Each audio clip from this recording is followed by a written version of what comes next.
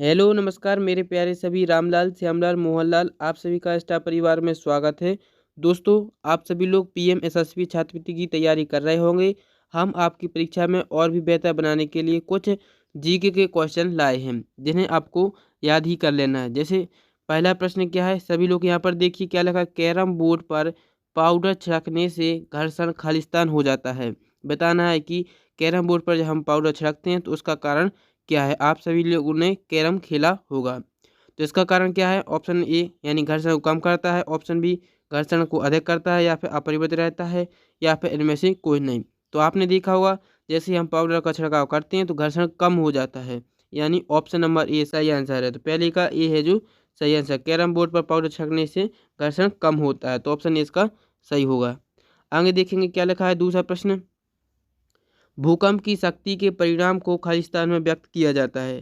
प्रश्न क्रमांक दूसरा क्या, भूकंप की शक्ति के परिणाम को व्यक्त किया जाता है। बताना है किस में हम व्यक्त करते हैं। ऑप्शन ए लिखा है न्यूटन में, ऑप्शन बी है रिक्टर पैमाने में, ऑप्शन सी मीटर पैमाने पर, या फिर ऑप्शन सी है हर्ट्ज पैमाने में। तो दोस्तों भूकंप की शक्ति के परिणाम को हम किस में मापते हैं, रिक्टर पैमाने में देखा जाता है। तो इसका ऑप्शन नंबर बी है जो सही आंसर, भूकंप की शक्ति को किस में नापते हैं, रिक्टर पैमाने में।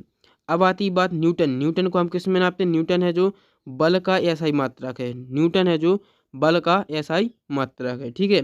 मीटर यानी सभी जानते हैं लंबाई को हम मीटर में नापते हैं, और हर्ट्ज है जो है फ्रिक्वेंसी यानी आवृत्ति का यह है जो एसआई मात्रक है, ठीक है, याद रखेंगे। आगे देखिए अगला प्रश्न क्या है, शाहनामा के लेखक कौन थे। शाहनामा के लेखक बताना है, तो बताइए शाहनामा के लेखक कौन थे, उमर खयाम, या फिर फिरदौसी, या फिर शेख सादी, या फिर कांडिल्य। तो बता दीजिए शाहनामा के लेखक कौन से हैं। शाहनामा ये इंपॉर्टेंट क्वेश्चन है, बताना है शाहनामा के लेखक कौन है। इसका भैया सही आंसर है फिरदौसी, फिरदौसी जी हैं जो शाहनामा के लेखक हैं। ऑप्शन नंबर 20 का सही है, ठीक है। अगला देखेंगे क्या लिखा है, सड़े अंडे की महक वाली गैस है, सड़े अंडे की महक वाली गैस कौन सी है।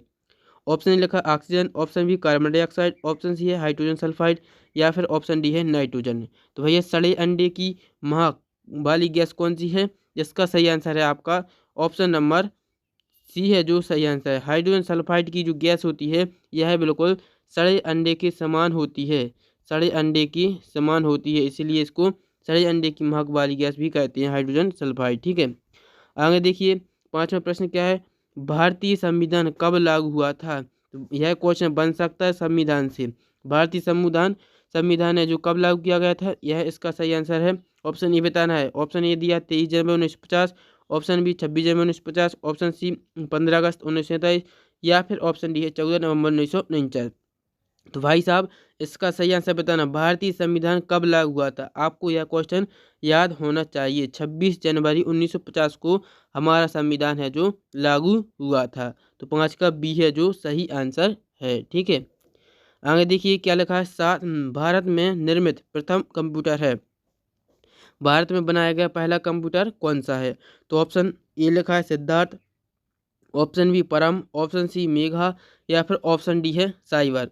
तो भैया हमारे भारत में जो निर्मित प्रथम कंप्यूटर कौन सा है, तो इसका सही आंसर है ऑप्शन नंबर ए सिद्धार्थ है जो भारत में निर्मित प्रथम कंप्यूटर है। तो ऑप्शन नंबर ए इसका सही हो जाएगा। और इसे किसने निर्मित किया था यह भी पूछ सकते हैं, तो इसे भैया electronics corporation of India, electronics electronics ठीक है, electronics corporation of India, corporation of India, ठीक है, याद रखना कारपोरेशन ऑफ इंडिया, यह याद रखेंगे, ठीक है। Electronics electronics corporation of India. आगे देखेंगे अगला प्रश्न क्या लिखा है, मेमोरी शब्द किससे संबंधित है। ऑप्शन ए लॉजिक से, ऑप्शन बी कंट्रोल से, ऑप्शन सी इनपुट से, या फिर ऑप्शन डी है स्टोरेज से। तो मेमोरी है जो यह किससे संबंधित है, स्टोरेज से संबंधित है। 8 का डी आंसर है सही आंसर, ठीक है। अगला देखिए, संसार का सर्वाधिक नागरीकृत संसार का सर्वाधिक नगरीकृत देश कौन सा है। Option A Germany, option B Japan, option C Singapore, या फिर ऑप्शन डी संयुक्त राज्य अमेरिका। संसार का सर्वाधिक नगरीकृत देश कौन सा है, जर्मनी। ऑप्शन नंबर ए इसका सही आंसर है। अगला देखिए, किस वृक्ष में लकड़ी नहीं होती, कौन सा वृक्ष है जिसमें लकड़ी लकड़ी नहीं होती। ऑप्शन नारियल, option B teak, option C केला, ऑप्शन डी है सेब। तो कौन सा वृक्ष है जिसमें लकड़ी नहीं होती? तो इसका सही आंसर है ऑप्शन नंबर सी, केला है जो इसमें लकड़ी नहीं होती। तो 10 का सी आंसर होगा। आगे देखिए क्या लिखा है, भारत सरकार ने सूचना का अधिकार अधिनियम कब पारित किया? यह डेट याद रखना, भारत सरकार ने सूचना का अधिकार अधिनियम कब पारित किया? तो बताइए कौन सा है? अक्टूबर 2006 क्या? ऑप्शन बी है अप्रैल 2004, ऑप्शन सी अक्टूबर 2005 या फिर ऑप्शन डी है दिसंबर 2007। तो भाई साहब इसका सही आंसर है ऑप्शन नंबर सी, अक्टूबर 2005 को भारत सरकार ने सूचना अधिकार अधिनियम पारित किया है। ठीक है, अगला देखिए, सुरेश तेंदुलकर समिति किससे संबंधित है? ऑप्शन ए उद्योग से, ऑप्शन बी गरीबी से, ऑप्शन सी जनसंख्या, ऑप्शन डी है कर से। तो भैया जो सुरेश तेंदुलकर समिति बनाई गई थी यह गरीबों के लिए थी। तो ऑप्शन नंबर बी है जो इसका सही आंसर है। अगला देखिए, चीन की राजधानी बताना है। चीन की राजधानी क्या है? आपको विभिन्न देशों और उनकी राजधानी याद कर ही लेना है। राज्यों की तो आपको याद होगी ही, राज्य देशों की राजधानी याद कर लेना है। ऑप्शन ए क्या लिखा है? चलिए तो आगे बढ़ते हैं। ऑप्शन ए क्या लिखा है? बीजिंग चीन की राजधानी पूछना है। ऑप्शन बी में क्या लिखा है? ल्हासा। ऑप्शन सी डी लिखा है ढाका। ऑप्शन यहाँ पर सी रहेगा, यहाँ पर डी। ऑप्शन डी में है थिम्पू। ठीक है, तो आपने पढ़ी होगी चीन की राजधानी क्या होती है भैया? बीजिंग। बीजिंग है जो चीन की राजधानी है। ठीक है, तो इसका ऑप्शन नंबर ए है जो सही आंसर है। चीन है जो बीजिंग की राजधानी है। अब बात आती है ल्हासा। ल्हासा है जो किसकी राजधानी है?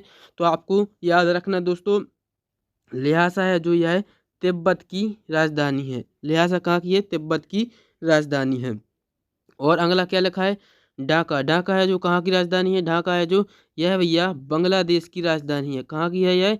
बांग्लादेश की राजधानी है। और थिम्पू है जो यह हमारे भूटान की राजधानी है। ठीक है, तो सभी याद रखेंगे। चीन का पूछा है, चीन का बीजिंग हो जाएगा, तिब्बत की ल्हासा, बांग्लादेश की ढाका, भूटान की थिम्पू। आगे बढ़िए, अगला प्रश्न क्या है? शहीद दिवस किस दिन मनाया जाता है?